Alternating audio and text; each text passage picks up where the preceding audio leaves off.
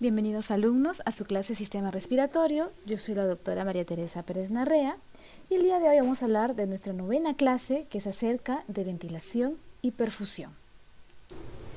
Para empezar este tema de ventilación-perfusión es necesario hablar sobre la circulación pulmonar o el flujo sanguíneo pulmonar. Como ustedes ya saben, en nuestro organismo, en nuestro sistema cardiovascular, está dividido en dos grandes circuitos.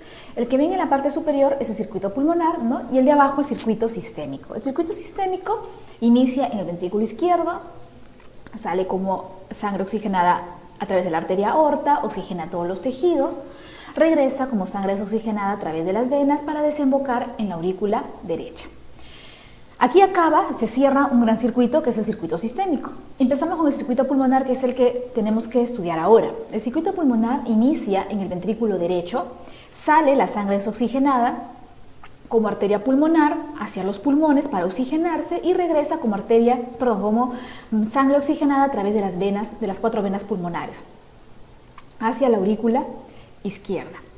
La circulación pulmonar, la que lleva pues sangre venosa al pulmón para oxigenarse, es análoga a lo que sucede en la circulación sistémica, debido a que en la circulación sistémica, si ustedes ven, la misma cantidad de sangre que está saliendo por el ventrículo izquierdo, que vendría a ser el gasto cardíaco, es la misma que va a salir a través del ventrículo derecho.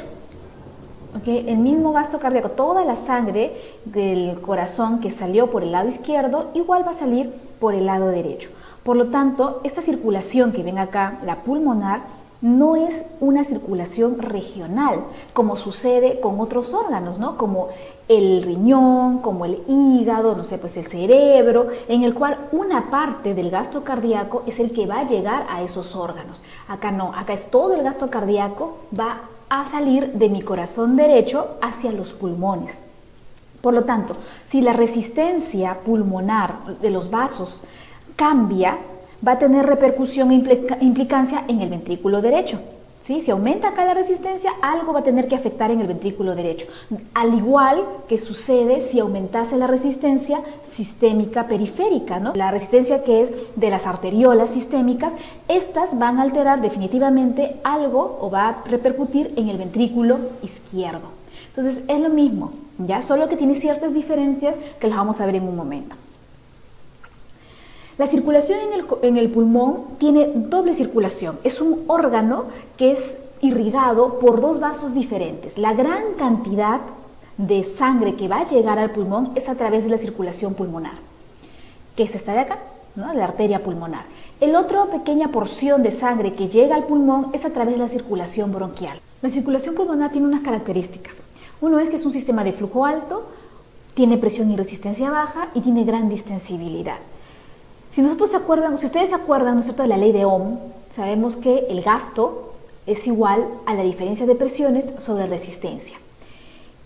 En este caso, la circulación pulmonar maneja el mismo volumen que la circulación sistémica. Entonces, por lo tanto, deberían tener las mismas presiones. Si manejas el mismo gasto, deberías tener la misma presión y deberías tener la misma resistencia. Y esto no sucede.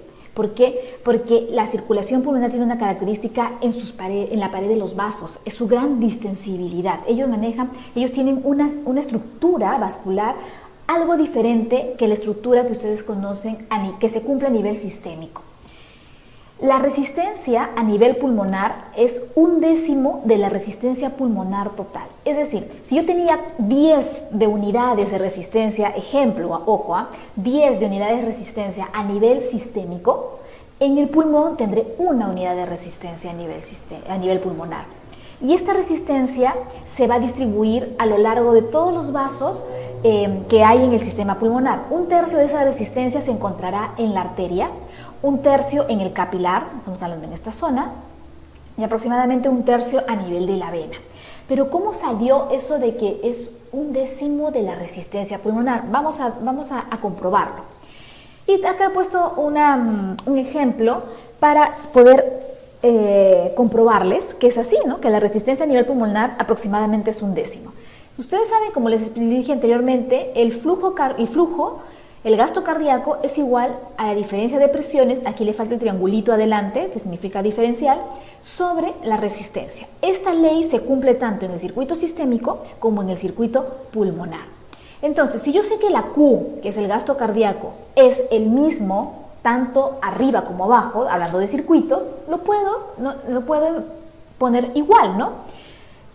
Presión sistémica sobre resistencia sistémica, que vendría a ser esta parte, es igual a la presión en el pulmón sobre la resistencia pulmonar. Estoy igualando los Q, o sea, los gastos cardíacos. Si son lo mismo, esto también lo puedo igualar. Entonces vamos a ponerle los valores.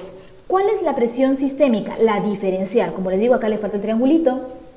Entonces, si más o menos es 100, acá he puesto 93, ¿no? Pero bueno, pongámosle 100 de presión arterial media. 100 menos la presión arterial media de la aurícula derecha, donde acaba ahí el circuito sistémico, será 100 menos 2, me sale 98. ¿Sí? Sobre la resistencia sistémica es igual a la diferencial de presiones del circuito pulmonar. Vamos al circuito pulmonar, donde iniciaba acá en la arteria pulmonar siendo 15 y termina en la aurícula izquierda, cuyo presión media es 5. Entonces, si yo resto, tendría que poner 15 menos 5 sobre la resistencia pulmonar. Despejando, miren, 98, 15 menos 5 es 10, 98 sobre 10 es igual a la resistencia sistémica. Esto lo paso hacia este otro lado y sería RS sobre RP. Quiere decir que la relación que existe entre la resistencia sistémica sobre la resistencia pulmonar es 10:1. O al contrario, ¿no? La resistencia pulmonar es 1/10 de la resistencia sistémica. ¿Ya? Entonces eso es importante porque es una característica que es propia de esta parte del circuito que tenemos en nuestro sistema cardiovascular. Esta gran distensibilidad que tienen los vasos, que es lo que caracteriza y gracias a ello tenemos esa resistencia baja, es gracias a que las arterias pulmonares, que son estas que ven acá, y sus ramas son de paredes muy delgadas que la aorta y que por lo tanto tienen una mayor compliance. ¿Se acuerdan que por hemodinámica la aorta tenía una compliance muy disminuida, ¿no? Muy pequeña? En cambio acá esta arteria, que es la que sale del ventrículo derecho, tiene una compliance bastante grande, elevada. Las arterias pulmonares aparte son mucho más cortas, a diferencia de la aorta y de los vasos que salen del ventrículo izquierdo, que están pues en serie y son bastante largos y contienen menos tejido elástico en la pared de los vasos de la arteria pulmonar y a su vez también menos músculo liso. Entonces, las arterias primero entonces son más delgadas, tienen menor cantidad de músculo, tienen menor cantidad de elástico, más distensibles, y las arteriolas son más delgadas, contienen músculo liso en menor cantidad, por lo tanto la vasoconstricción que hagan no es tan efectiva o no es tan potente como si lo hacen las arteriolas a nivel sistémico. ¿Se acuerdan que a nivel sistémico quien manejaba la presión arterial eran las arteriolas por su gran cantidad de músculo liso? En el pulmón no sucede eso. Si bien es cierto, tienen músculo liso en su pared, no se constriñen tanto como lo haría una arteriola sistémica. Las venas pulmonares, que son las que vemos en este lado, son de paredes delgadas, tienen también una gran compliance y tienen músculo liso, ya comparadas con la contraparte que es en el circuito sistémico. ¿Okay? Entonces, todas esas características estructurales que tienen estos vasos en el circuito pulmonar hacen que sea una circulación de presiones y de resistencia bastante baja. ¿Cuáles son las funciones que cumple la circulación pulmonar? Lo más importante, intercambio de gases, definitivamente, ¿no es cierto? El intercambio de gases es lo que es la función principal, ¿no? del sistema respiratorio. Otro es filtrar las partículas de la sangre, provisión de sustratos. Hay ciertas sustancias que se van a sintetizar en el pulmón y para ello necesita de ciertos sustratos para poder hacerlos, tipo hormonas o algunas enzimas que son importantes en el mantenimiento, en algunos casos, de la presión arterial, que lo van a ver también en su debido momento. También una de las funciones es transportar células y sustancias no celulares para la defensa. Entonces ahí llevan pues los linfocitos, cargan con las inmunoglobulinas que forman parte de la defensa celular y la defensa humoral. Aparte, la circulación pulmonar al ser de gran distensibilidad, de una compliance muy elevada, sirve como reservorio de sangre. En el adulto, el volumen de sangre que contiene la circulación pulmonar es de aproximadamente 500 mililitros. Es decir, el 10% del gasto cardíaco. De ellos, en la zona pulmonar están 270 mililitros, en la arteria pulmonar 150 mililitros y a nivel de los capilares, que es en esta zona, van a tener aproximadamente entre 60 a 80 mililitros, que es más o menos el volumen sistólico. Este volumen no es constante, se va a modificar durante la respiración. Y eso también creo que lo han visto ya un poco en el sistema cardiovascular. En una inspiración profunda, el retorno venoso aumenta y en la expiración el retorno venoso disminuye.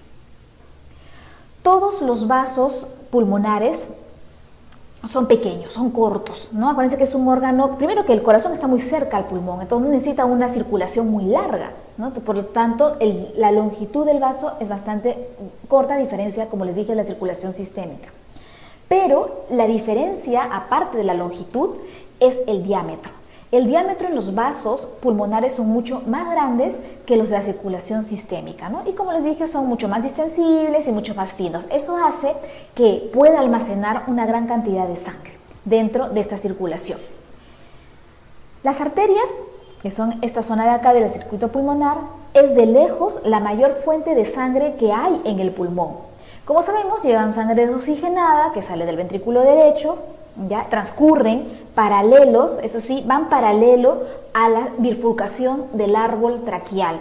Por eso cuando vean una lámina, si ven un bronquio, ¿no? Ahí al costado hay un vaso, esa es una arteria pulmonar, porque siempre van a estar paralelos a diferencia de la circulación de la parte venosa, ¿no? Generalmente las venas no transcurren paralelas a las vías aéreas de conducción.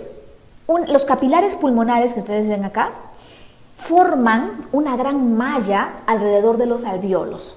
Es una malla densa, con gran cantidad de capilares que están acompañando, ¿no?, al alvéolo para que se haga pues la difusión de gases. Una vez que llega la sangre al capilar, el eritrocito tiene que oxigenarse. La velocidad con que transcurre el glóbulo rojo para pasar o para terminar de pasar por un alvéolo es de aproximadamente 40 centímetros por segundo. Si lo ponemos por cada glóbulo rojo, necesitaría entonces 0.7 o 0.8 segundos para atravesar todo el capilar, siempre y cuando el paciente esté en reposo. Cuando uno hace ejercicio, la velocidad aumenta y ahí el glóbulo rojo solamente utiliza o necesita o tiene tiempo para oxigenarse, se oxigena solamente en 0.3 segundos. ¿Ven qué rápido el tiempo para poder oxigenarse el glóbulo rojo? Después el glóbulo rojo transcurre por las venas, una vez que ya se oxigenó, pasó por los capilares. Acuérdense que para pasar para oxigenarse a través de un alvéolo, el glóbulo rojo en reposo lo hace en 0.7 o aproximadamente 0.8 segundos. Sale como vena pulmonar y se va al corazón izquierdo para poder ser expulsado por la aorta.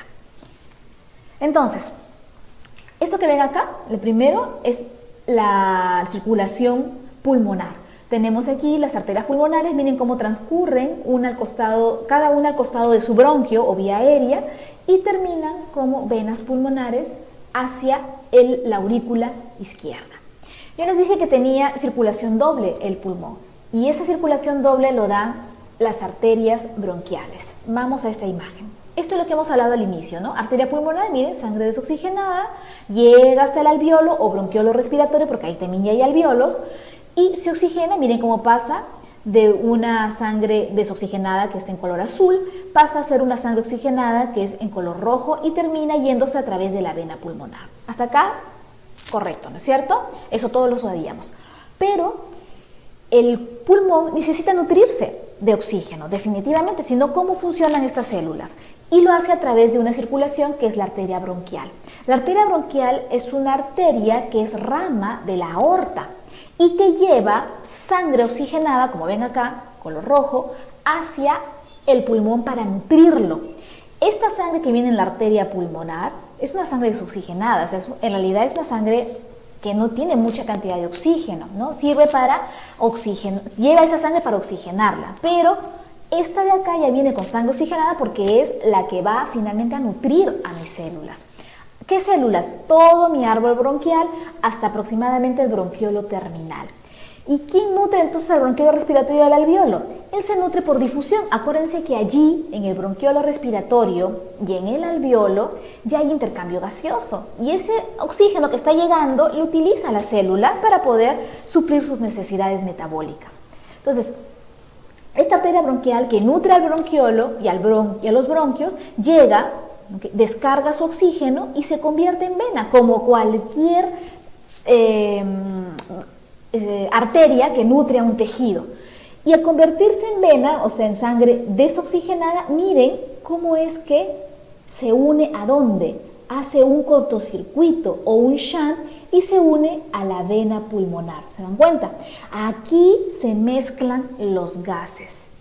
Por lo tanto, en esta zona ya como vena pulmonar ya va a haber una presión parcial arterial de oxígeno mucho menor que la que había antes de que suceda este shunt, o sea, en esta zona, por ejemplo. Ya por eso es que cae la presión arterial de oxígeno después de, obviamente esta sangre va a ir, esta vena va a ir al corazón y bueno, y esto es donde sacamos el AGA, ¿no? Ojo que esta mezcla o shunt fisiológico es muy pequeña, ¿no? No todas las arterias bronquiales y las venas que posteriormente todas las arterias que posteriormente se van a convertir en vena, drenan en la vena pulmonar. No todas, solo es una pequeña porción que va a drenarse en la vena pulmonar. La mayor cantidad de las venas bronquiales drenan en los ácigos y en los hemiácigos, que son venas finalmente que van a drenar en el corazón derecho. ¿Ya? Por eso es que el shunt es muy pequeño, solamente es un 2% de toda la sangre oxigenada. El otro shunt que existe, aparte de las venas de las arterias bronquiales, es aquellos vasitos que drenan directamente en la aurícula y el ventrículo izquierdo, que son las venas tebesianas. Las venas tebesianas, ellas drenan directamente, penetran el miocardio del corazón y drenan en la cámara izquierda. Otra de las características que lo hace diferente y especial al sistema respiratorio es la regulación del flujo sanguíneo. El principal factor que regula el flujo sanguíneo pulmonar es la presión alveolar de oxígeno. Por si acaso acá debe decir O2, ¿ya? Presión alveolar de oxígeno. Cuando la presión alveolar de oxígeno es de más de 70 milímetros de mercurio, o sea, 80, 90, 100, que es lo que estamos respirando nosotros, nuestros vasos se encuentran relajados, ¿ya? Y hace una difusión tranquila, ¿no? Como debe ser. Cuando la presión alveolar de oxígeno cae a menos de 70 milímetros de mercurio, hay una vasoconstricción refleja, diferente a lo que sucede en la circulación sistémica. En la circulación sistémica produce todo lo contrario, ¿no? Si se disminuye, por ejemplo, la presión arterial de oxígeno en un órgano, lo que hace el vaso es vasodilatarse para poder dejar que llegue más sangre, ¿no? Y poder brindar ese poco oxígeno al menos que queda, pero en mayor cantidad con el aumento del flujo. Pero acá no, al pulmón él dice no, me llega menos oxígeno, lo que hago es cerrar mis vasos. ¿Para qué cierro los vasos? Vean acá. Yo cierro el vaso para que este alveolo, que está mal ventilado, porque acá hay una presión alveolar de oxígeno bastante baja, redirija la sangre hacia otro alveolo que esté bien ventilado. O sea, a él, lo que dice el pulmón, o sea, su lógica es, si tengo un alveolo que viene menos oxígeno, lo que hago entonces es, ¿para qué utilizo ese alveolo? Mejor mando mi sangre hacia otro alveolo que esté bien oxigenado y así yo pueda tener una difusión de oxígeno normal. Entonces, tiene sentido, ¿no? Entonces, lo que hace el pulmón es vasoconstriñir esos vasos que tienen un alveolo mal ventilado o con una presión alveolar de oxígeno menor de 70 milímetros de mercurio. ¿Cómo funciona? ¿Cuál es el mecanismo por el cual se llega a cerrar el vaso? No se sabe muy bien. Aparentemente la misma presión disminuida de oxígeno estimula a las células endoteliales para que se despolaricen. Al despolarizarse, le eliminan, sacan más calcio, y como ustedes saben, el calcio es una molécula que importante para la contracción. Entonces, este calcio estimula la contracción muscular y cierra el vaso. ¿Ya? Ese es uno de los factores o de las causas, ¿no? por el cual aparentemente es la fisiopatología de esta vasoconstricción. Otro factor que también se le ha encontrado como causante de esta vasoconstricción es el óxido nítrico. Ustedes saben que el óxido nítrico es una sustancia que se produce en el endotelio gracias a un aminoácido como base que es la L-arginina. Con la óxido nítrico sintetasa se forma el óxido nítrico que produce vasodilatación. En la hipoxia se inhibe la síntesis de óxido nítrico, por lo tanto inhibes al que vasodilata, y si inhibes al que vasodilata produces vasoconstricción.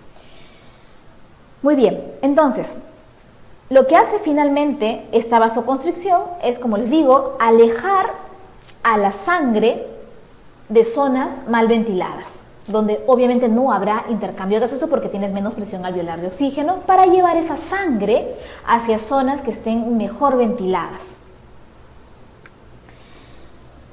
Hay dos tipos de vasoconstricción, o de hipoxia, perdón. Hay una hipoxia de tipo regional y una hipoxia de tipo generalizada. La hipoxia regional, como su nombre lo dice, es aquella hipoxia que solo es de una parte, de una zona, de una región del pulmón, no es todo el pulmón. Entonces, esa pequeña porción de pulmón, o puede ser no tan pequeña también, se vasoconstriñe, ¿no? Las arterias, y toda esa sangre que debía irse a esa zona se redirige a las zonas que están bien ventiladas. Es una forma de defenderse y evitar de que haya menos cantidad de oxígeno en sangre. ¿Qué pasa en una hipoxia generalizada? Vamos a suponer que todo el pulmón y por lo tanto a todos los alvéolos le llega menos presión de oxígeno. ¿Dónde puede pasar eso? En la altura, por ejemplo, ¿no? Subes y hay menos presión alveolar de oxígeno. Entonces puede suceder que hay una gran vasoconstricción y totalmente se cierran los vasos de todo el sistema pulmonar y pueden producir incluso edema pulmonar.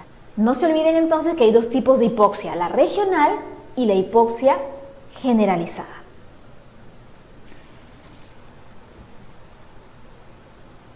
El feto. El feto tiene una circulación bastante distinta.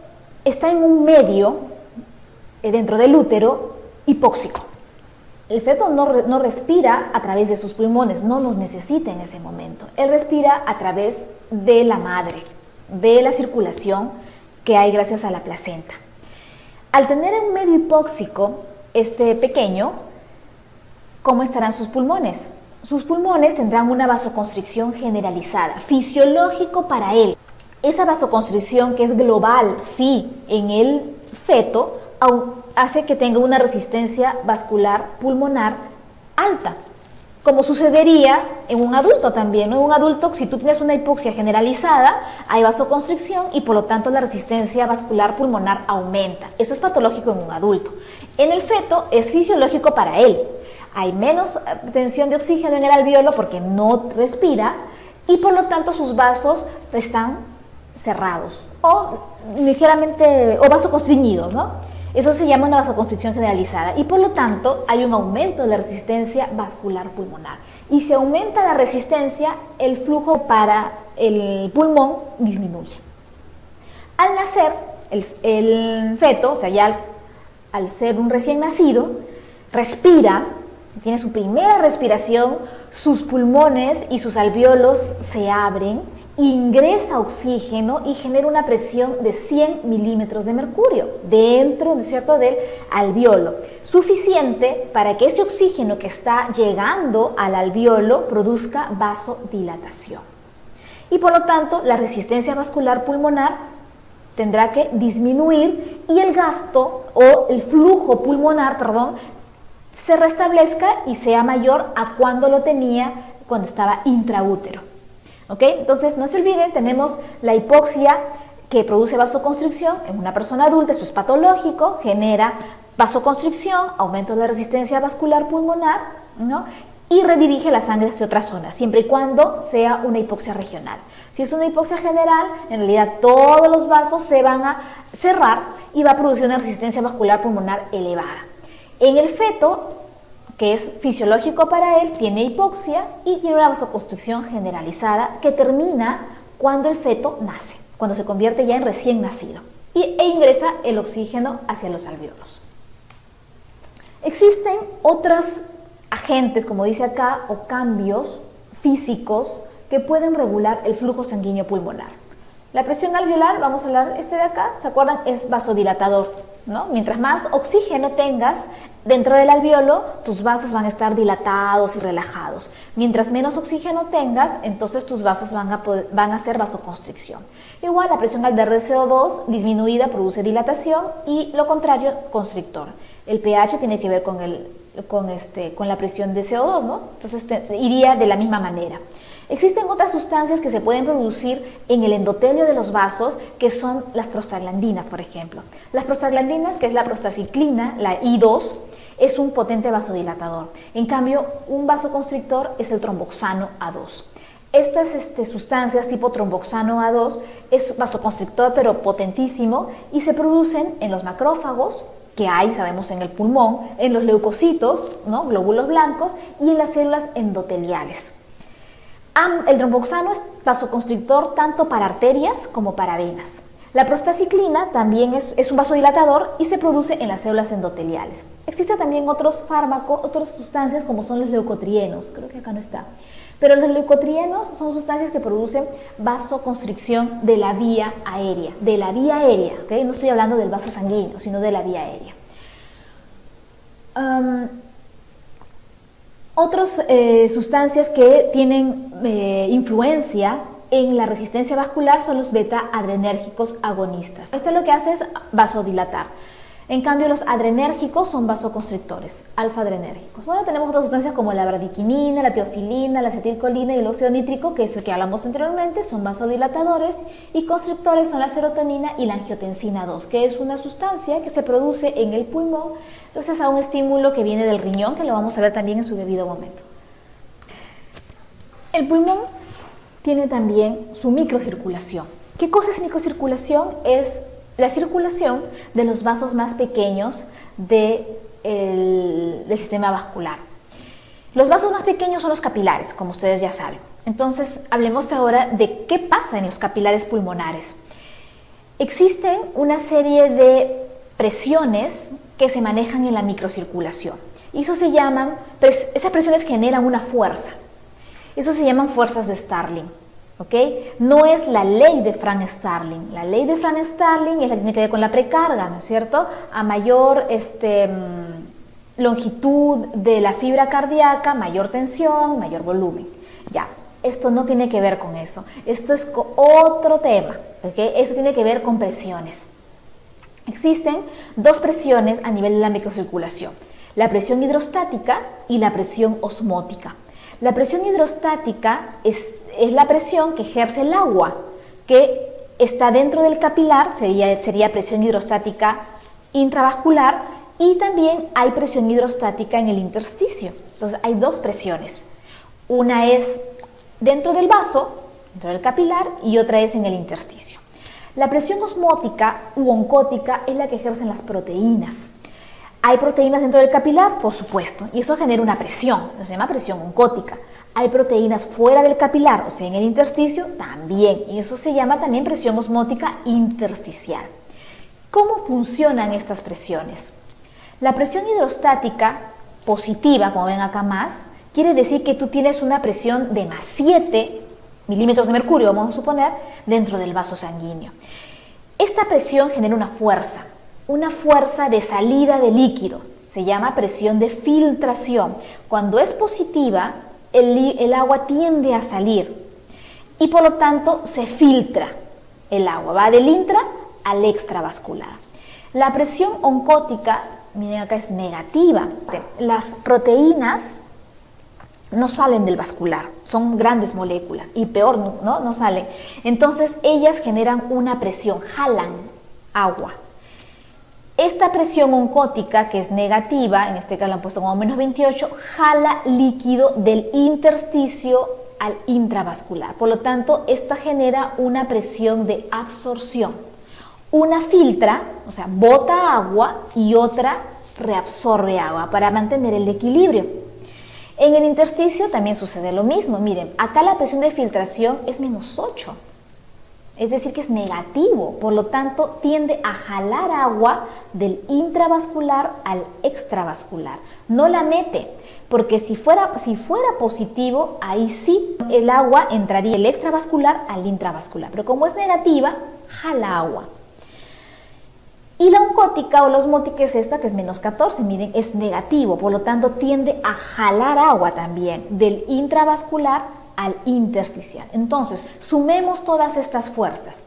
Las que ven en amarillo son de filtración, o sea, todas, como ven, tienden a jalar agua del intra al extravascular. Sería más 7 con el más 8 y con el 14, que sería aproximadamente 21 de fuerza. Y la única fuerza que me evita esa filtración, es decir, que me reabsorbe agua, es la osmótica intracapilar, que es 28. 29 menos 28, esto sale más 1. Este más 1 es una presión de filtración. Si fuera negativo el resultado, eso sería una presión de reabsorción, ¿ok? El más 1 me indica que hay una presión positiva para poder botar agua del intra al extravascular.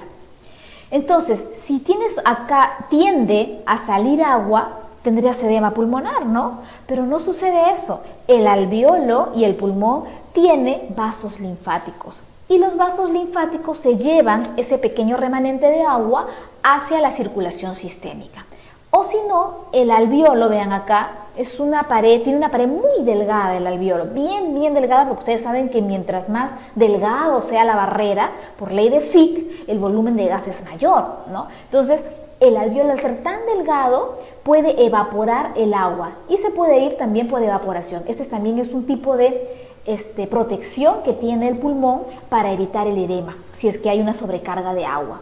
En reposo, ¿no? Y fisiológicamente hay una presión neta de filtración de aproximadamente más 1, que ese 1 que genera salida de agua se reabsorbe por vía linfática o bien por evaporación a través del alveolo, y obviamente esto sale por la vía aérea. Esto puede cambiar, por supuesto que puede cambiar. ¿Qué pasará en un paciente? Y les dejo la pregunta, que tienes una presión en las arterias pulmonares o en las venas pulmonares elevadísima. O sea, estamos hablando del intravascular. La presión hidrostática tiende a aumentar. Entonces, si tiende a aumentar, ¿qué pasará con la presión neta? ¿Filtrará o se reabsorberá agua? ¿Generará edema o no generará edema? Entonces, tienen que ir, les dejo la pregunta para que lo vayan analizando, ¿no? ¿Qué pasa cuando en el pulmón aumenta la presión de la arteria o de la vena pulmonar? ¿O qué pasa si tuvieras menos presión oncótica? Es decir, por ejemplo, es un paciente desnutrido o es un paciente que pierde proteínas por alguna enfermedad y esta presión tiende a disminuir. Hagan la suma y resta de las presiones y vean qué presión les sale, ¿no? Como les digo, si es positiva la presión al final, eso es de filtración, o sea, tiende a salir agua. Y si es negativa, tiende a regresar el agua y por lo tanto no tienes un pulmón sin riesgo de edema pulmonar. Ahora vamos a hablar de la distribución del flujo sanguíneo pulmonar. Una característica importante de este órgano es que la distribución del flujo es irregular, es decir, no todas las partes del pulmón reciben la misma cantidad de sangre.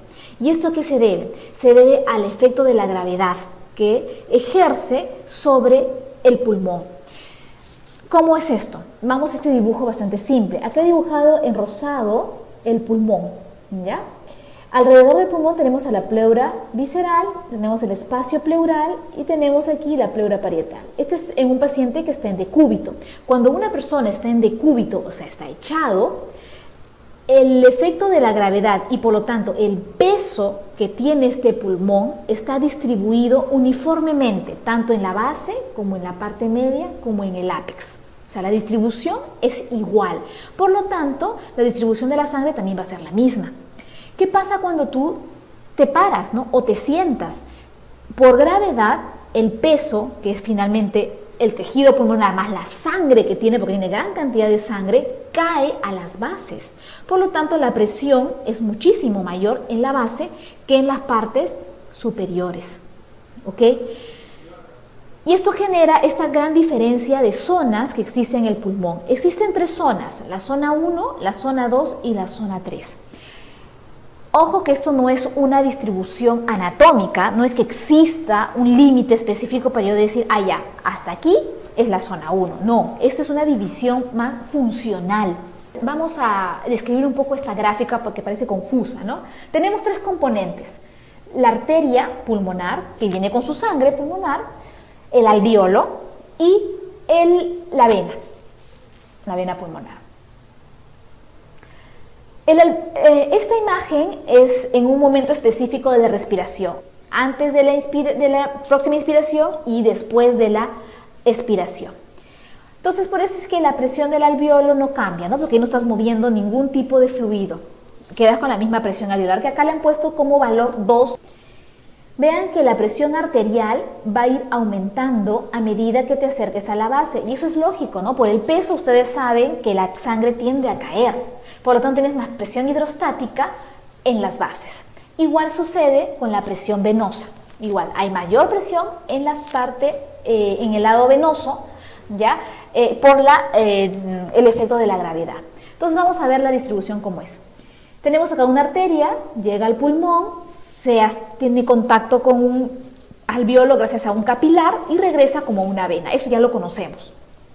Muy bien, veamos entonces. Miren que en la zona 1 la presión alveolar, que es, acá le han puesto 2, es mucho mayor que la presión arterial y esta incluso es mucho mayor que la presión venosa. Acuérdense que siempre la presión arterial tiene que ser mayor que la presión venosa, ¿no es cierto? No puede ser igual o menor. ¿Por qué? Porque la sangre va de esta zona a esta zona. Y ustedes saben que la sangre se mueve por gradiente de presiones. Si esta presión se igualase a esta, no habría flujo, pues, ¿no es cierto?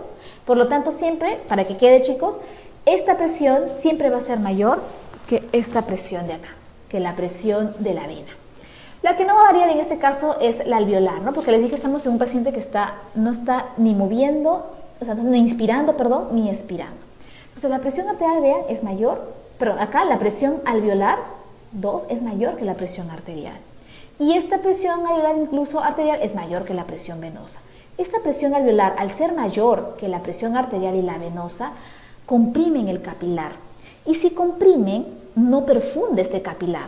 Por lo tanto, la zona 1 estaría a mí hablando de un espacio muerto alveolar, que no debería haber, ¿no? Y es por eso que esta zona 1, usualmente, en una persona sana, no existe. Y si lo hay, es mínimo, mínimo. Aparece, ¿cuándo creen que debe aparecer esta zona 1? Cuando aumente la presión alveolar. Si aumenta la presión alveolar y supera a la arterial, se genera un espacio muerto. ¿Estamos de acuerdo? O una zona 1, más que un espacio muerto, una zona 1. ¿Qué otra situación podría producir una zona 1 en tu pulmón? Que disminuya la presión arterial. Si disminuye la presión arterial, le gana la presión alveolar. Y entonces se colapsa este vaso o lo aplasta, ¿no? Lo colapsa y genera una zona 1. ¿Ya? Lo que sí tenemos en una persona sana es zona 2 y zona 3. La zona 2, vean acá, tenemos una presión arterial de 4 con una presión alveolar de 2. Quiere decir que la presión arterial aquí es mayor, miren, mayor a la alveolar. Pero esta alveolar es mayor que la arterial, perdón, que la venosa. Entonces acá tenemos primero la presión arterial va a ser mayor que la alveolar y esta a su vez es mayor que la venosa. Entonces el flujo de sangre de arteria a vena se hace gracias primero a la gradiente que existe entre la arteria y el alvéolo y posteriormente del alvéolo a la vena. O sea, por eso es que la sangre sigue pasando, ¿no? De la parte arterial hacia la parte venosa. Esa es la zona 2. Entonces el flujo se impulsa gracias a esa gradiente que existe entre la presión arterial y la presión alveolar. La zona 3, analicémosla. Miren acá, la presión arterial es muchísimo mayor, miren 22, 20, la alveolar sigue siendo 2 y miren la venosa es 6, 8. Por lo tanto aquí la presión arterial es mayor que la presión venosa y esta a su vez es mayor que la presión alveolar. Entonces aquí el flujo, la dirección del flujo se da gracias a la gradiente que existe entre la arteria y la vena, que es lo que todo el mundo conoce y todo el mundo sabe. Sabemos que siempre va de arteria a vena. Acá se cumple eso, de arteria hasta vena. Aquí miren que los vasos están toditos abiertos. ¿Por qué? Porque la presión esta de acá es mayor que esta y es menor esta presión, es mucho menor. Por lo tanto el flujo va muy bien, ¿no? En esta zona, por lo tanto, hay mayor cantidad de sangre, mayor flujo. Ok, muy bien. Entonces ya hemos hablado sobre la distribución que existe del flujo sanguíneo en el pulmón. Pero no solamente gracias a la gravedad, ¿no es cierto?, que ya hemos hablado, genera esa irregular distribución del flujo sanguíneo, también hay un cambio que existe en la ventilación.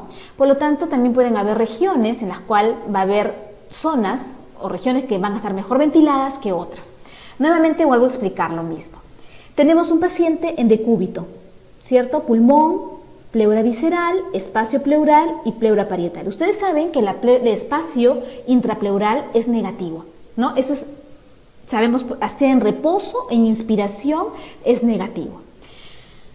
Esta distribución negativa que tenemos acá en el pulmón es relativamente uniforme cuando un paciente está en decúbito, ¿ok? Pero cuando tú te paras, y acá pongo un pulmón con un gancho, porque lo estoy jalando, no jalando, sino estoy sosteniendo al pulmón con un ganchito, el pulmón por gravedad y por peso cae hacia abajo, ¿ok? Cae hacia abajo. Ojo, este pulmón que yo estoy cogiendo es un pulmón que no está ni inspirando ni expirando. Y ustedes saben que si una persona no está inspirando ni expirando, lo que tiene dentro del pulmón es la capacidad residual funcional. ¿Ya? No se olviden, acuérdense de esa gráfica de espirometría, ¿no? Volumen tidal, ¿no? Y justo en la parte final, en la parte basal, si tú ahí pones el punto, que es donde estoy agarrando el pulmón, lo que me queda hacia abajo es la capacidad residual funcional. O sea, hay aire dentro del pulmón, ¿sí o no? Ese aire que se ha quedado dentro del pulmón, que es la capacidad residual funcional, cuando una persona está en bipedestación, el peso cae, ¿no? El peso se va hacia abajo, la sangre cae hacia abajo y el aire que está dentro del pulmón tiende a irse hacia arriba. Por lo tanto, los alvéolos que están en la parte superior están llenos de aire y ese aire es el aire que es parte de la capacidad residual funcional. Ojo, eso hace que haya diferencias de ventilación entre los ápices y las bases. Veamos acá. En perfusión ya hemos hablado, ¿no? Hay menor presión intravascular en la parte superior, está clarísimo. Hay mayor resistencia porque hay menor diámetro y por lo tanto hay menos flujo sanguíneo. O sea, arriba está menos profundido un pulmón que abajo. ¿Cómo es con la ventilación? La presión intrapleural es más negativa. ¿Por qué? Miren, el pulmón lo jalé, ¿sí? Si lo jalo, el pulmón cae, ¿okay? Pero miren la pleura. Yo estoy jalando la pleura parietal y la pleura visceral está hacia abajo, está cayendo. Se genera un mayor espacio. Y ese mayor espacio, ojo que este es un sistema que está cerrado, no hay ningún orificio entre estas dos pleuras, hace que la negatividad acá sea mayor, sea más negativo en esta zona. ¿Por qué? Porque el pulmón, por un lado, tengo a la pleura parietal que está pegada, ¿no? hacia la caja torácica, se está pegada ahí y cuando el pulmón cae por peso, cuando uno está parado, jala la pleura visceral, ¿no? Hacia abajo. La pleura parietal se tiene que quedar en la zona que está pegada a la pared y genera ese espacio que hace que sea más negativo. Ya es una presión intrapleural más negativa. Por lo tanto, la gradiente transmural, ya que existe, ¿se acuerdan que era presión alveolar menos presión alveolar menos presión parietal es muchísimo mayor, los alvéolos son más grandes, porque tienes aquí que está jalando la parietal y está jalando el peso hacia abajo. Entonces eso hace que el alvéolo se distienda, sea mucho más grande. Y si es más grande y está lleno de aire, tiene una compliance menor, porque ya está lleno de aire. Ese alvéolo grande está ocupado por aire. Tú para meter más aire tienes que ponerle más presión. Por lo tanto, la compliance en la zona superior es menor. Y por ende, la ventilación es menor, porque estás metiendo menos aire. Ya hay aire adentro, entonces no hay un flujo de entrada ni salida de aire, porque está el aire metido, que es parte de la capacidad residual funcional. En cambio, en las bases, miren, la presión intrapleural es menos negativa, el espacio es menor, ¿no? Hay menos presión intrapleural. La gradiente de presión transmural es más pequeña, los alvéolos, miren, son más chiquitos. ¿Por qué son más chiquitos? Porque acá hay más peso, ¿no? Están aplastados estos alvéolos. Y no salió acá. Más chiquito, y la ventilación es mayor. ¿Por qué es más grande la ventilación? Porque acá hay menos aire. Entonces, cuando ingresa el aire en la inspiración, miren, viene por aquí, se va por el bronquio. ¿Y a dónde creen que va a ir? ¿A una zona que es menos complaciente o a una zona que es con mayor compliance? Obviamente, el aire va a ir a la zona donde hay mayor compliance, porque estos alvéolos no están con aire ya. Los que están con aire residual son los que están en el ápice. Por lo tanto, en esta zona que es la parte basal, los alvéolos están más ventilados, ingresa y sale aire. Aquí ya hay aire adentro, por lo tanto ingresa muy poquito o casi nada, y también obviamente sale poco o casi nada, ¿ok? A nivel de la perfusión, bueno, sabemos que hay mayor presión hidrostática, hay mayor flujo, hay menos resistencia porque los vasos son más grandes, entonces el diámetro es mayor y eso genera una resistencia menor. Listo.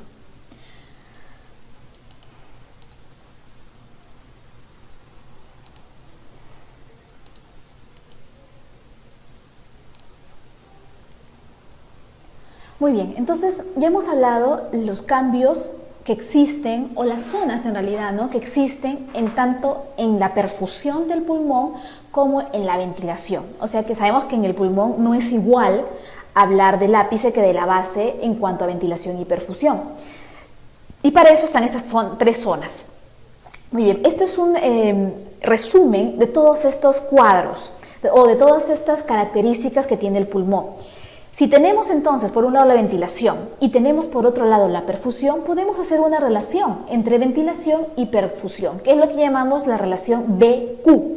Esta relación BQ, y nuevamente les digo, lo normal en la relación BQ, ¿cuánto debe ser? 0.8. Y otra vez aparece ese bendito número que es el 0.8. Lo hemos visto ya en ¿dónde? En el cociente de respiración, que es 0.8 o puede ser 1. Lo hemos visto entre BF1 y CBF, que es 0.8.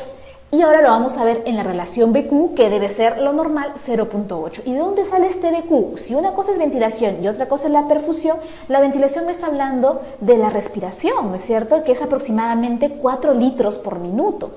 Y en la perfusión, como estamos hablando de pulmón, hablamos del gasto cardíaco, porque lo mismo que sale del corazón izquierdo llega al pulmón. Y ese gasto cardíaco sabemos que es 5 litros por minuto. Entonces, 4 entre 5, ¿cuánto debe ser? 0.8. El flujo sanguíneo sabemos que variaba en el ápice en relación a la base. En el ápice era la menor cantidad de sangre llegaba al ápice, pero llegaba una muy buena cantidad de sangre en la base. O sea, el flujo aquí es muchísimo más alto que en el ápice. Si en el ápice es como 1, miren que el flujo aquí es como 10. La diferencia es enorme entre el ápice y la base. En la ventilación alveolar, miren cómo en la zona 1 es la ventilación más baja. Si bien es cierto, los alvéolos están más grandes porque hay una presión intrapleural más negativa, este alvéolo está lleno ya de aire. Entonces, cuando viene una inspiración, no encuentra lugar ese aire nuevo para ingresar a este alvéolo. Por lo tanto, la ventilación es menor. A diferencia de la base, miren, es un poco más, es mayor. ¿Por qué? Porque ahí hay los alvéolos no están llenos de aire. Entonces el aire cuando ingrese en la inspiración va a ingresar a esa zona y por lo tanto va a haber ventilación alveolar. Miren que la diferencia que hay en la ventilación en el ápice si es como 3, en la base sería como 6. La diferencia que hay es de más o menos 3 puntos, a diferencia de este en el flujo, que es aproximadamente 9 puntos. ¿Se dan cuenta que la diferencia más dramática entre estas dos zonas es por el flujo sanguíneo? El flujo sanguíneo tiene mayor diferencia entre el ápice y la base. Ojo, estos números que yo he puesto no es que sean así, ¿eh? Esto es un ejemplo nada más para que podamos entender el BQ, por qué sale así. Miren el BQ. El BQ entonces es la relación que existe entre la ventilación y el flujo sanguíneo. Si yo divido la ventilación, que en este caso yo le he puesto el valor de 3, entre el Q, que es 1, el BQ va a ser 3.0. Es un número entero, es alto. Miren abajo, en la base, miren, la ventilación es 6 y el Q es 10. 6 sobre 10 es 0.6, es el más bajo de todos. ¿Okay? Por eso es que es diferente la relación BQ, a pesar de que los dos, miren, acá arriba es bajo y acá arriba los dos son altos. Pero ¿cuál es la diferencia? Este es muchísimo más alto que este. Por eso es que el BQ me sale muy bajo. ¿Qué hay con la presión arterial de oxígeno? Miren, es la más alta, 130 milímetros de mercurio y la más baja de CO2. Ahorita explico por qué. Esta es la más baja, 89 milímetros de mercurio y 42 milímetros de mercurio. Ojo que estamos hablando de las zonas. Cuando hablo de zonas, hablo de específicas partes, ¿no? La zona 1, ya les dije que es una zona que usualmente no la tenemos, ya solamente aumenta en estados patológicos. La que tenemos es la zona 2 y la zona 3. La zona 2 tendría igual flujo sanguíneo, la ventilación es igual, el BQ tiende a ser 0.8 a 1, ¿no? Y la presión arterial y CO2 es la que ustedes conocen usualmente en el análisis de AGA. Ahora, ¿por qué en la zona 1 yo tengo mayor presión arterial de oxígeno a diferencia de la zona 3? Y les pongo el ejemplo de este. Acá tenemos, hagan la idea, que en la zona 1, ¿se acuerdan que era un pulmón que tenía alvéolos grandes, pero tenía poco flujo sanguíneo? Un pequeño vasito está pasando por ahí, medio colapsado, pero pasa algo de sangre. Tú ingresas oxígeno, ¿okay? Y este oxígeno, miren, tiene que irse a un solo capilar. Se va aquí, sumas este y sumas este. Entonces, por eso esta cantidad de oxígeno es muchísimo mayor, porque está sumando el oxígeno que está entrando de este alvéolo, de este y este alvéolo. En cambio, el CO2 que venía de la sangre venosa, es un volumen X, se tiene que distribuir en todos estos 3 alvéolos. Se va a este alvéolo, otra molécula será este alvéolo y a este alvéolo. Por lo tanto, ya en la zona arterial tienes menos CO2 porque se ha difundido a 3 alvéolos. Esto es un ejemplo. Por lo tanto, el análisis en la arteria será de una gran cantidad de oxígeno, pero un poquito CO2. Gran cantidad porque viene de la suma de 3 alvéolos. Y menos CO2 porque se ha redistribuido este CO2 en 3 alvéolos. Veamos en la base. En la base es al revés. En la base hay más flujo sanguíneo y son alvéolos más pequeños, ¿ya? Entonces tienes más sangre alrededor de un alvéolo. Si antes tenías un capilar por 3 alvéolos, ahora tienes 3 capilares por un alvéolo. Entonces, cuando ingresa el oxígeno al alvéolo, este mismo oxígeno, ¿no? Esta misma cantidad se tiene que redistribuir en 3 capilares. 1, 2 y 3. Obviamente esta sangre después se va a juntar, ¿no es cierto? Pero la cantidad de oxígeno va a ser menor porque solo hay un alvéolo el que está haciendo difusión. En cambio, miren el CO2 que venía de sangre venosa, ¿a dónde se mete? Este CO2 va a querer meterse a un alvéolo. Este CO2 también y este CO2 también, pero es a un solo alvéolo. O sea, rápidamente este alvéolo se va a llenar con CO2. Por lo tanto, esta arteria no va a poder, esta vena o esta sangre desoxigenada, entra CO2, pero ya encontró que hay un poco de CO2 de este y otro poco de CO2 de este. Y por lo tanto se va a ir con más o menos de cantidad de CO2. O sea, no va a poder difundir todo el CO2 porque ya está parcialmente ocupado por el CO2 que venía de otro capilar. Por eso, en la sangre arterial tú vas a tener menos presión arterial de oxígeno, ¿no? Porque ese oxígeno que vino se ha distribuido en distintos capilares, y mayor cantidad de CO2. ¿Por qué? Porque el CO2 que debió irse por el alveolo ya no puede, o se ha ido en muy poca cantidad porque solamente hay un solo lugar donde vaciar, que es el alveolo. Entonces, por eso es que tú tienes estos resultados. La presión arterial de oxígeno es muchísimo mayor porque tienes 3 alveolos que están botando oxígeno a un solo capilar. ¿Okay? En cambio acá tú tienes un alveolo que está botando ese oxígeno a 3 capilares diferentes. Por lo tanto, la presión es menor en cada capilar. Y lo contrario, ¿no? En el CO2 que llega de la sangre venosa encuentra 3 alveolos donde botar esos CO2. Por lo tanto, se regresa como arteria casi vacío de CO2. No digo cero, ¿no? Estamos hablando, ojo chicos, es un ejemplo. Ya el CO2 va a ser menor, la presión parcial va a ser menor en esa sangre arterial. Cambio que al contrario, tú tienes 3 capilares, 3 que van a querer llenar un solo alveolo. Rápidamente se va a llenar de CO2. Por lo tanto, no va a poder terminar de liberarse esa vena de todo su CO2 porque ya prácticamente la bolsa donde tiene que llenarla se ha llenado, ha terminado de llenar. Y por lo tanto se regresa la vena como arteria con su CO2. ¿Ya? Por eso la presión arterial de CO2 es muchísimo mayor en la zona 3. Muy bien, entonces, hasta ahora todo esto lo que hemos visto es normal, es fisiológico. Existen una serie de situaciones que pueden alterar, ¿no?, la presión arterial de oxígeno. Uno de ellos son los cortocircuitos o shunts. Nuevamente lo mismo, ¿no? Tenemos acá aire inspirado, ya lo hemos visto, llega al alveolo, hace difusión, queda con esta presión alveolar de oxígeno y se expira. Puede haber aire que no llegue al alveolo, y eso se llama aire desperdiciado, o también llamado espacio muerto. Es un aire que no ha habido difusión de gases. Lo contrario, tenemos una vena que llega, o una sangre desoxigenada que llega y tiene que oxigenarse y salir como arteria. Puede haber ciertos vasos que van a bypassear el pulmón y eso se llama sangre desperdiciada. O sea, esa sangre se está desperdiciando, no se está oxigenando, y al mezclarse con la sangre arterial genera un shunt o un cortocircuito. La presión aquí después exactamente en el capilar pulmonar es de 100 a 102 milímetros de mercurio. Pero una vez que se une a esta sangre venosa o desoxigenada y se mezclan, miren cómo la presión arterial sistémica cae a 95.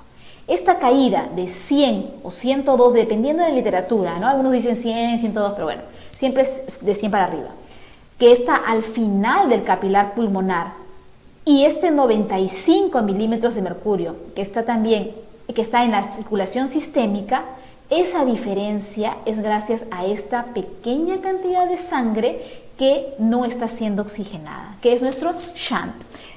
El shunt es fisiológico, ¿cierto? El que tenemos todos, y se dice que es de derecha a izquierda. ¿Por qué es de derecha a izquierda? Porque la sangre que es oxigenada, que viene del corazón derecho, se mezcla con la sangre oxigenada que viene del corazón izquierdo, o que va al corazón izquierdo. Por eso el shunt fisiológico es un shunt que va de derecha a izquierda y corresponde al 2% del gasto cardíaco. Pero no todos los shunts o cortocircuitos son fisiológicos, los hay patológicos. Y tenemos ahí los shunts patológicos que son de derecha a izquierda. O sea, de corazón derecho pasa al corazón izquierdo. Ejemplo, dice, hasta un 50% del gasto cardíaco puede pasar del ventrículo derecho al ventrículo izquierdo. ¿Gracias a qué? A una comunicación interventricular. Por lo tanto, si pasa sangre desoxigenada del ventrículo derecho, o sea, que no ha llegado todavía al pulmón y pasa al ventrículo izquierdo, lista para salir por la aorta, es decir, va a hacer que la presión arterial de oxígeno caiga, porque se está mezclando sangre con una presión de oxígeno de 40 con una que viene del pulmón con una presión de 100. Puede llegar incluso a 80, 70, 60 milímetros de mercurio. ¿Ya? Y por lo tanto, la hipoxemia siempre va a ocurrir. Cuando el shunt es de derecha a izquierda, siempre hay hipoxemia, o sea, disminución de concentración de oxígeno en sangre. Se corrige con oxígeno suplementario, es decir, si yo tengo hipoxemia en un paciente y le doy oxígeno en este tipo de shunt, ¿se va a corregir? ¿Sí o no? ¿Y por qué? Lo discutimos o lo discuten en su práctica, ¿ok? Piénsenlo. ¿Qué pasa si yo a este paciente le sirve o no el oxígeno a este paciente? ¿Y por qué? ¿Por qué no hay un shunt por qué no el CO2 también debería pues aumentar, ¿no? Si tienes acá 46, mira, y 40 al mezclarse debería ser pues 41, 42. No sucede esto porque cuando la presión arterial de CO2 aumenta, este pequeño aumento que puede pasar es muy sensible a los quimiorreceptores que tenemos en el sistema nervioso central y el paciente empieza a hiperventilar para botar ese CO2. Lamentablemente el oxígeno no tiene esa gran sensibilidad en los quimiorreceptores centrales. Ya eso lo vamos a ver también en la regulación de la ventilación. Pero para que quede claro, el CO2 no aumenta porque el sistema nervioso central lo detecta fácilmente. Que hay un aumento y ¿qué hace? Hiperventila el paciente. Y mantiene su CO2 en 40 milímetros de mercurio. Miren, los receptores de presión de oxígeno solo se activan cuando la presión de oxígeno es menor de 60 milímetros de mercurio. Miren que nosotros tenemos 100 o 95. Para que recién se puedan despertar estos quimiorreceptores, tiene que haber menos de 60 milímetros de mercurio. O sea, toleramos una buena cantidad de una cantidad menor de oxígeno en sangre, o sea, podemos tolerarla de 60 a 95, es nuestro rango para tolerar la hipoxemia. Existe otro shunt patológico que es al contrario, que va de izquierda, miren, tendría que ir de este lado, o sea, del corazón izquierdo hacia el corazón derecho. ¿Ya? Son los más comunes. Y obviamente, si tú mezclas, mira, sangre oxigenada que viene del corazón izquierdo con la sangre desoxigenada que va al corazón derecho, obviamente, ¿qué pasa con este corazón derecho? Va a botar la sangre hacia el pulmón y se va a oxigenar. Por lo tanto, este tipo de shunt no causa hipoxemia. Y el paciente está tranquilo, no siente que le falte el aire, a diferencia del shunt que sí va de derecha a izquierda. Veamos unos ejemplos. Este es un cortocircuito izquierda-derecha, comunicación interauricular. Oye, acá está. Aurícula izquierda, acuérdense que hay mayor presión en la aurícula izquierda, ¿no es cierto? A diferencia del lado derecho. Por lo tanto, por gradiente de presiones, la sangre va a ir del lado izquierdo hacia el lado derecho y va a mezclarse la sangre. Este es de izquierda a derecha. ¿Habrá hipoxia aquí o hipoxemia? No, porque miren, esta sangre ¿a dónde va a ir? Al ventrículo, ¿no? Y esta sangre ¿a dónde se va a ir? Después se va a ir hacia el pulmón. Y ahí va a oxigenarse, o sea que ni cuenta se va a dar. Lo mismo sucedería con la incomunicación interventricular.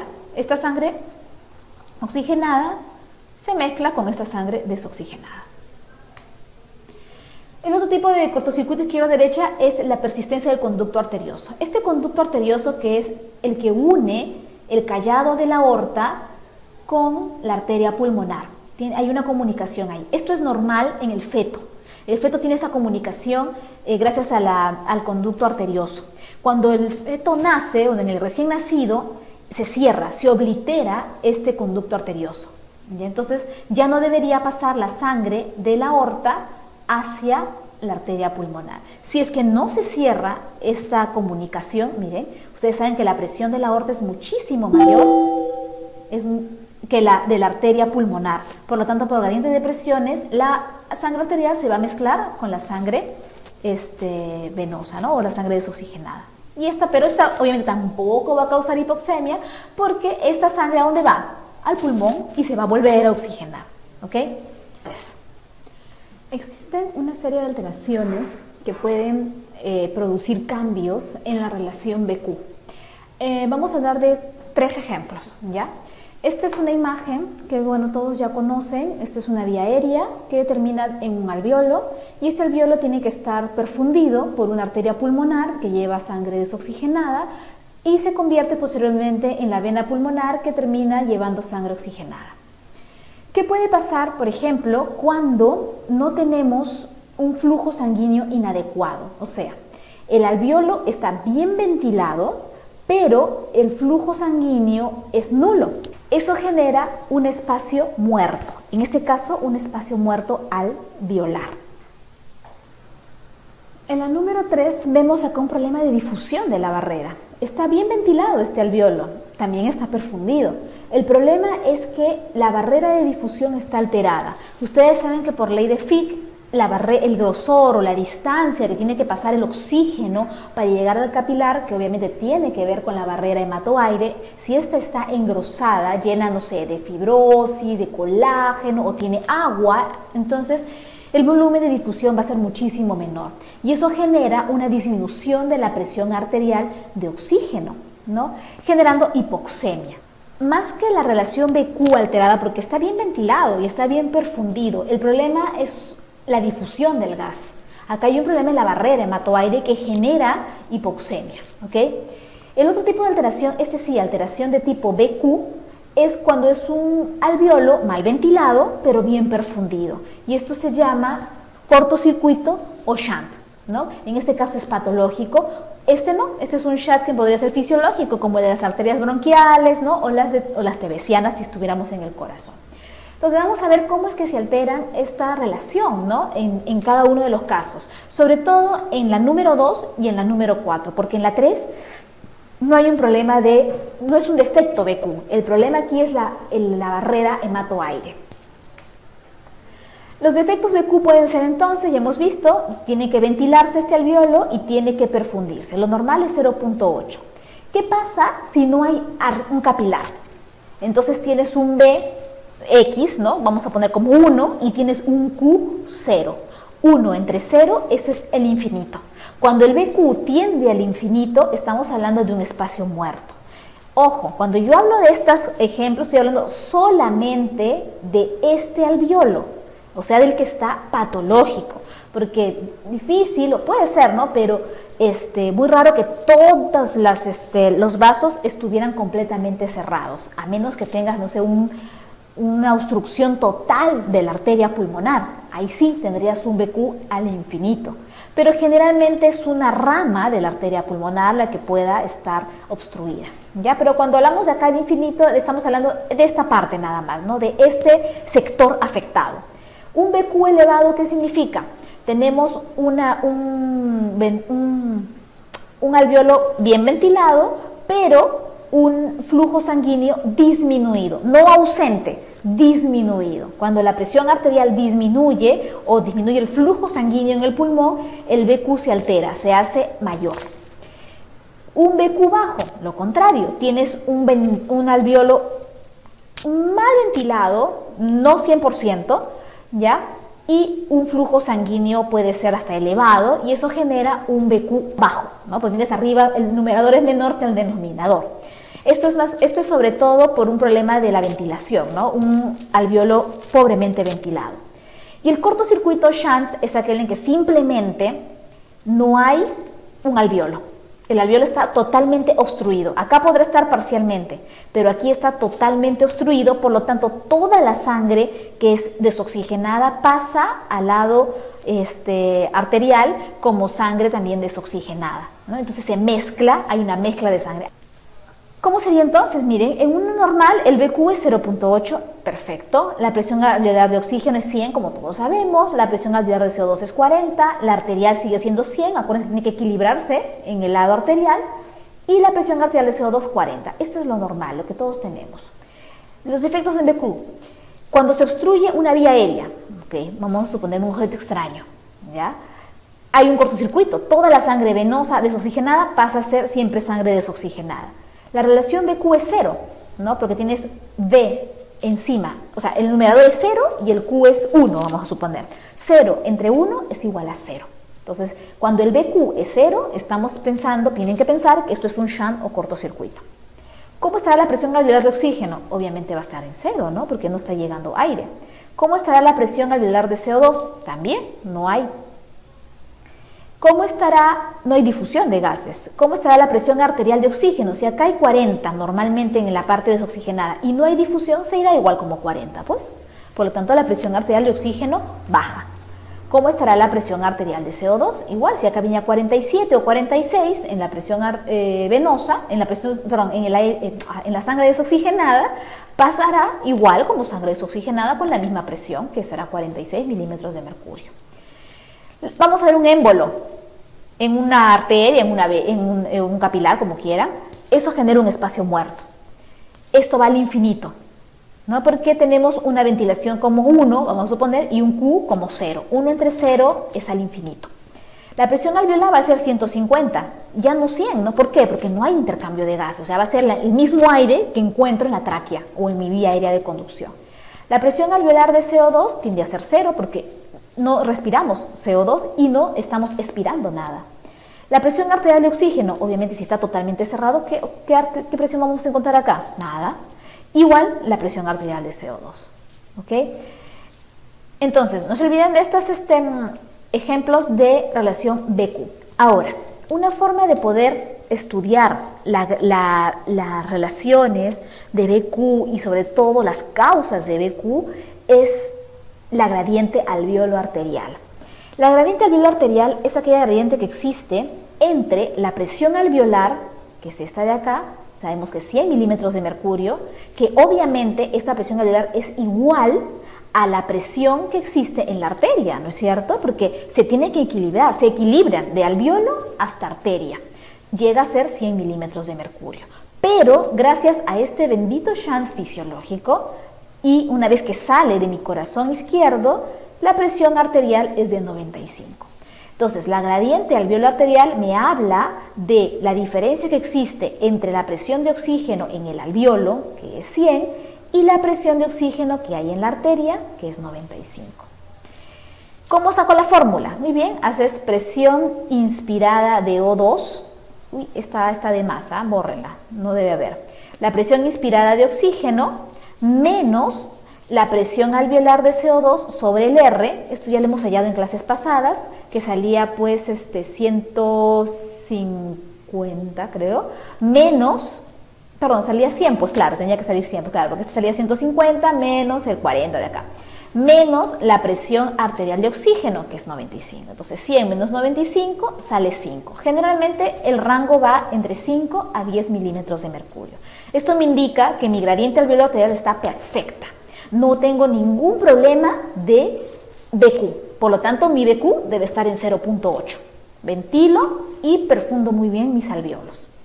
Entonces, esto es lo normal, ¿no? Les he puesto el mismo gráfico, un poco, he tenido que modificar para que vean cómo es lo normal, cómo debería estar. Vamos a ver qué pasará con esta gradiente en estos casos que hemos hablado anteriormente. Esto es lo normal, ¿no? 0.8, ha habido intercambio entre gases, entre alveolo y sangre. Entonces, en inspirado 150, el CO2 es 0, una vez que ingresa al alveolo y después de que he hecho intercambio gaseoso, del oxígeno que venía como 40 y del CO2 que venía como 45, y se equilibran hasta llegar a 100 y 40, que es lo que generalmente vemos en, en la vena pulmonar. Ok. ¿Qué pasará en el número de acá? De acá. Veamos, todos mis alveolos están sanos, solamente tengo este pequeño alveolo que está obstruido. La gradiente alveolo-arterial, sabemos que es la presión alveolar de oxígeno menos la presión arterial de oxígeno. La gradiente alveolo-arterial tiene que ser 100 menos 95, que es lo normal. Pero veamos qué pasa en este paciente. ¿Tú tienes 100 de alveolo? Sí, porque estamos hablando de todos los alveolos que hay, no solamente de este. Cuando tienes una lesión tipo, por ejemplo, este alveolo colapsado, tú no vas a tomar pues la presión solamente de ese alveolo, tienes que tomar de todo el pulmón, porque tú examinas a todo el pulmón, no a una sola parte. Entonces aquí la gradiente alveolo-arterial, si bien es cierto, la gradiente del alveolo es 100, hablando en general, miren esta de acá, acá ha habido un shunt, ¿no es cierto? Si antes tenías de 95 porque se mezclaba este shunt fisiológico con esta sangre arterial, ahora vas a añadirle esta sangre mayor que está desoxigenada a esta sangre arterial, por lo tanto ya no va a ser 95, ahora va a tener que ser 93, 90, 85, 80, dependiendo. Por lo tanto, si tú le restas más a esta gradiente, a esta resta, ¿no? Si esta cifra es mayor, la gradiente alveolar arterial aumenta. ¿Se dan cuenta? Ya no será 95, como les digo, entonces tendrá que ser 100 menos 80, vamos a suponer. Por lo tanto, saldría 20. Y ustedes saben que el valor normal es de 5 a 10. Entonces, en un defecto BQ, la gradiente alveolar arterial aumenta. El otro ejemplo, este de acá. Vamos a suponer que es un paciente que tiene un émbolo en esta arteria pulmonar. Entonces, ¿cómo será la presión alveolar de oxígeno? 100, ¿no es cierto? 100, acá también está bien ventilado y está bien ventilado. Pero, si se dan cuenta, aquí ya no va a haber difusión de gas. Por lo tanto, esta sangre que va a tener que salir de este alveolo va a ser cero, ¿sí? Va a haber menos sangre oxigenada, que va a añadirse a esta sangre que sí está oxigenada. Entonces, mi gradiente alveolar arterial va a ser menor. Voy a tener menos oxígeno que ha llegado a la sangre gracias a que hay un vaso obstruido. Entonces, la gradiente alveolar arterial va a estar aumentada. Y por último, tenemos este de acá, que es el de la difusión. Acá no hay un BQ alterado, ojo. Acá el problema es que, miren, llega el aire ingresa muy bien, tiene una presión alveolar de 100, pero no ha habido difusión porque la barrera está gruesa. Entonces, este oxígeno, que es de 40 milímetros de mercurio, va a seguir yéndose como 40 milímetros de mercurio y se va a mezclar con la sangre arterial, disminuyendo la presión arterial de oxígeno en menos de 95. Por lo tanto, la gradiente alveolar arterial va a aumentar. ¿Ya? Entonces, en los efectos de alteraciones de la difusión y en los defectos de BQ, la gradiente te aumenta. Entonces, hasta acá vamos a quedar, creo que esta es la última, sí, hasta acá quedamos con lo que es ventilación y perfusión. De todas maneras, revisen su bibliografía que se les ha recomendado y cualquier duda, como siempre, a sus docentes de práctica que estarán prestos a resolverlas. Muchas gracias.